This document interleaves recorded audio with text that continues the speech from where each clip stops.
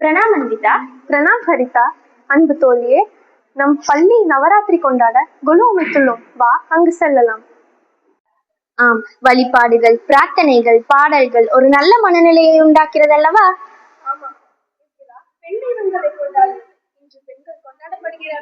ஏன் கொண்டாடப்படுவதில்லை? நவராத்திரியில் முதல் 3 நாட்கள் கல்வி தெய்வமாம் சரஸ்வதி. படிப்பானாலும் சரி, பணியானாலும் சரி, இன்று பெண்களே கல்வி கூடங்களில் முதலிடத்தில் உள்ளனர்.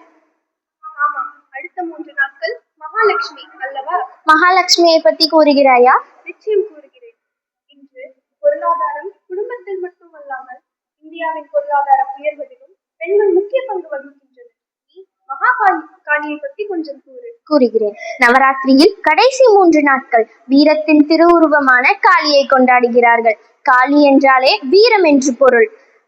5 இணைகளாலான பாலை நிலத்தின் தெய்வம் கொற்றவை ஆகிய இக்கொற்றவையை பல ஆய்வாளர்கள் காளியின் மறு உருவம் என கூறுகிறார்கள். ஓ, அப்படியா? அப்பொழுது காளி அச்சமில்லாதவள். இன்று பெண்களும் அப்படி இருக்க இயலுமா? ஏன் முடியாது? அன்புக்கு அம்மா, ஆதரவுக்கு அம்மா என்று மட்டும் கூறிவிட முடியாதல்லவா? ஆம், சரிதான். என் அன்னையும் ஏதாவது ஒரு தவறு நடந்தால் அதை எதிர்த்து குரல் கொடுப்பாள். உண்மைதான். பெண்கள் அமைதி அன்புக்கு மட்டுமல்ல, இன்று இந்தியாவின் முதல் குடிமகளும் ஒரு பெண்தான். மிகச் சரி. இவ்வாண்டு பத்மவிபூஷன் பெற்ற பெண்கள் 23 பேர். அவர்கள் அனைவரும் தன்னைத்தானே சமூகத்திற்கு அர்ப்பணித்துக் கொண்டவர்கள். இவர்கள் பணிகளிலும் சரி, சேவைகளிலும் சரி, அவர்கள் லட்சுமியாகவோ, சரஸ்வதியாகவோ, காளியாகவோ மாறிக்கொண்டவர்கள்.